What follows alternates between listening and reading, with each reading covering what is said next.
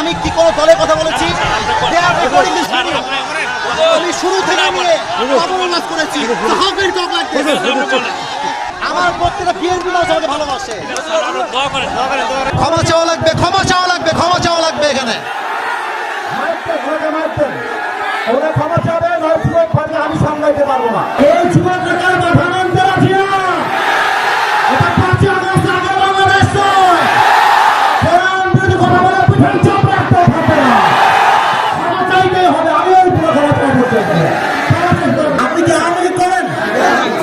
আপনি আওয়ামী লীগ করলে আপনি কথা বললেন।